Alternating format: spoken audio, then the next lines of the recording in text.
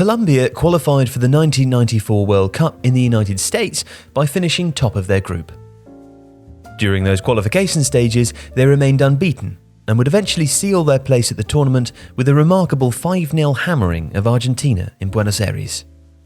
With a team comprising of Adolfo Valencia, Carlos Valderrama, and Parma's flamboyant and often brilliant Faustino Asprilla, they were expected to go far in this World Cup. Famously, Pelé himself tipped them to reach at least the semi-finals. And if they were to live up to those expectations, Colombia would also depend on the performances of Andres Escobar, a centre-back from Atlético Nacional, who had quietly become one of the best defenders in South America.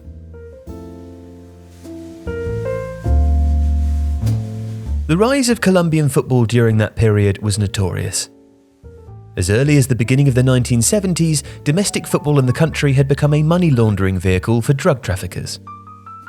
In the 1980s, as the value of cocaine exportation grew, up to and beyond $4 billion per year, so the number of clubs in cartel hands grew, and the wealth of the game exploded. On the pitch, the consequence was a remarkable rise. Better players, better teams, better coaches. But while Colombian football was enormously successful, it could also be deadly. While clubs were principally acquired as laundering tools, they also became a proxy for a conflict between the various cartels. Principal among those was the Cali cartel, led by the Orejuela brothers, and Pablo Escobar's Medellin cartel. Inevitably, given the money and ego at stake on the pitches, stories of violence and intimidation were hardly rare. One referee was murdered. Another reported being threatened with death if he didn't favour Pablo Escobar's Atlético Nacional in an important Copa Libertadores tie. So, narco soccer's legacy is deeply tainted. But the Colombian team that travelled to the '94 World Cup was still talented, and in a group containing the USA, Romania and Switzerland, was expected to encounter few difficulties in advancing to the knockout stage. But in the end, it was actually far harder than anyone could have imagined.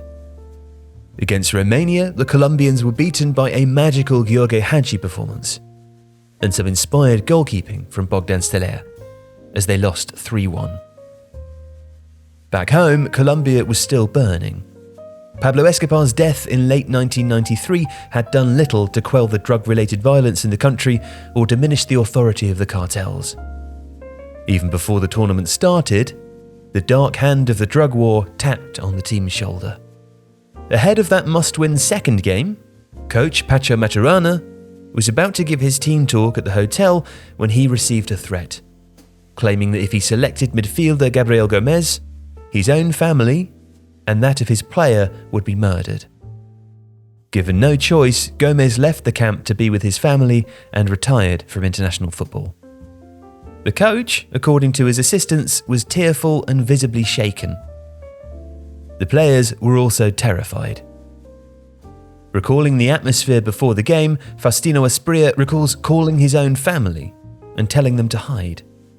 He told journalist Richard Sanders that we knew there would be trouble if we didn't win and that we would be killed. The US game was a disaster.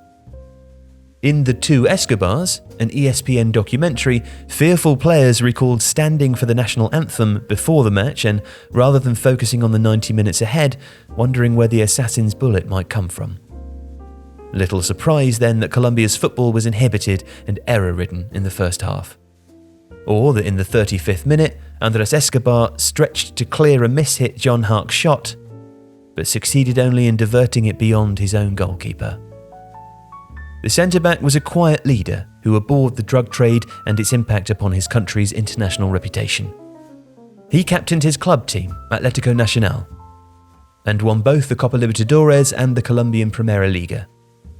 He was in his peak as a player and was set to move to AC Milan following the tournament's conclusion.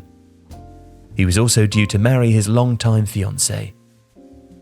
But he wouldn't move to Italy, and he wouldn't get married. There was no way back for Colombia. 1-0 became 2-0 in the second half, and while they did score a late consolation, they fell to their second consecutive defeat. They did beat Switzerland in their final game, but Romania's win over the USA meant that Colombia were the first country eliminated from the World Cup, After the tournament, Escobar returned to Medellin. Just 5 days after the World Cup, he went out to a local nightclub with friends. At the end of the evening, he became embroiled in an argument with 3 men in a car park. And after he got in his car, he was shot multiple times. Each bullet accompanied by a mocking shout of "Goal," mimicking the cry of the South American football commentators. Escobar would later die in hospital.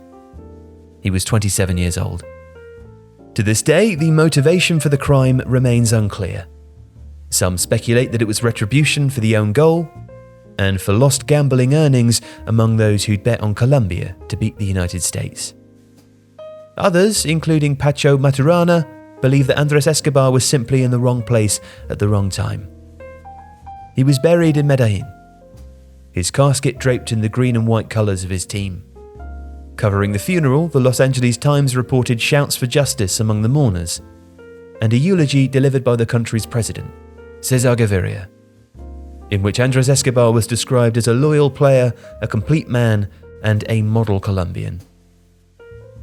A cartel bodyguard would admit to the crime, but only served 11 years in prison, despite originally being sentenced to over 40. If you liked today's video, please subscribe to the channel. And if you like Tifo, we think that you'll also like The Athletic.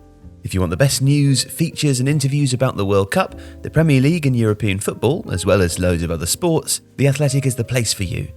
And as part of our special deal, you can get it for £1 per month for 6 months. See the link in the description.